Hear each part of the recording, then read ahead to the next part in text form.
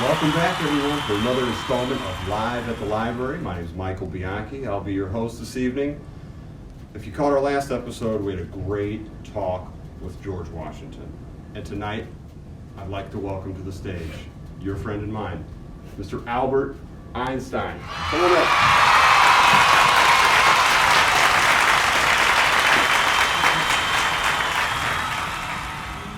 Welcome to the show, Albert. It's great to have you.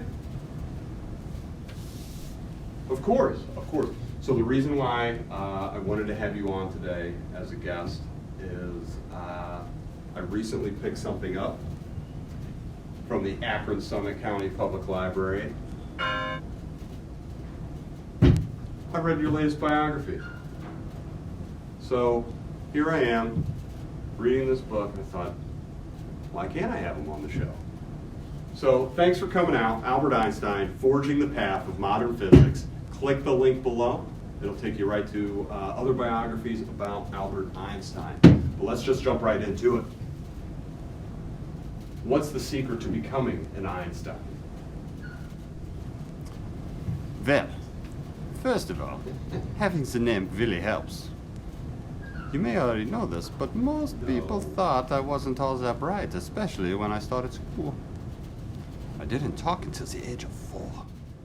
And after that, I only repeated sentences I had heard. My father gave me a compass when I was very young, and it was one of my favorite toys. It made a real impression on me. Well, hey, everybody, they develop at different speeds. My daughter didn't speak for a long time. It would seem that, though, you were very well liked, especially with all your contributions to physics. Has there ever been an occasion that you can think of where you weren't loved and respected? Well, I was visiting the United States in 1933, I think. And right about that time, Hitler had come into power. I surmised that it may not be a good idea for me to return to Germany. You see, the Nazis were so afraid of my intellect that they burned all of my books and put a $5,000 bounty on my head. I felt as though it was a spontaneous, emotional outburst. And more than anything else in the world, they fear the influence of men and intellectual independence. Well, I must say, Albert, that was very interesting. And I just want to make a comment on your look, man. Very 2021, very world pandemic. I like the hair, very unkempt. That's cool. Can you tell us about that? As the dude abides, as they say, the pandemic has really allowed others to embrace my look. Yeah, I don't wear socks and rarely comb my hair, and I always thought that socks were pointless. Every time I wore them, I would get a hole in them. And I know sock technology has really advanced since 1933, but it's what I like. And we all know that you loved math and eventually enrolled in a mathematics and physics program in order to get your teaching diploma. I myself am an education major. My wife teaches 5th grade. And could you tell us about that experience, about maybe breaking into the teaching field and all the work that took? Well, actually, after graduation, I couldn't find a teaching job. Maybe I could have worn socks to my interview. Anywho, I went on to work at the patent office, which was great until it gave me the opportunity to write some of my best scientific work. Maybe you've heard of it.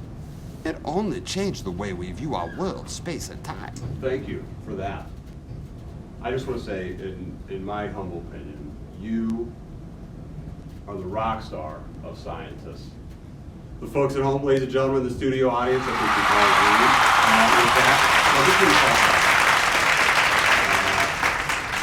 with that. Let's talk about one of my favorites, E equals MC squared. Could you, none of the scientific mumbo jumbo, put it in a layman's terms, something that I can understand, and maybe, we've got kids watching, so maybe something that they'll be able to understand. The E stands for energy, The M stands for mass, Yeah, and that the makes C sense. stands for the speed of light. An object has the same amount of energy as it has mass, and that energy can move at the speed of light. So, if you know the mass of an object, you know the energy. Well, when you put it that way, totally get it. You make it seem so easy. Now, for me, my second Albert Einstein desert island scientific contribution would be the theory of relativity. Gravity gang. Can you tell us about that? That's one of my favorites too. It is. Large Yeah. objects like the Earth bend space. And space pressing down on us is gravity. In our solar system, the sun causes the stretchy space to curve, causing the Earth to rotate around the sun. Just like space can be curvy, so can time. It's relative, and depends on the mass of the objects around it. Bendy space is how gravity works. Okay. Well, I don't know if we have any questions from the audience. No, because it was such a great explanation. I do want to say, shameless plug again, for those of you that are looking for more information on our good friend, Albert Einstein, be sure to check out your local library. We have a lot of branches, and even main library. We'll send it to wherever you need. Thank you for joining us tonight at Live at the Library. My name is Michael Bianchi. Thank you, Albert. Oh, well, thank you for having me. Have a good night, everyone. And don't forget to check out my books at the library.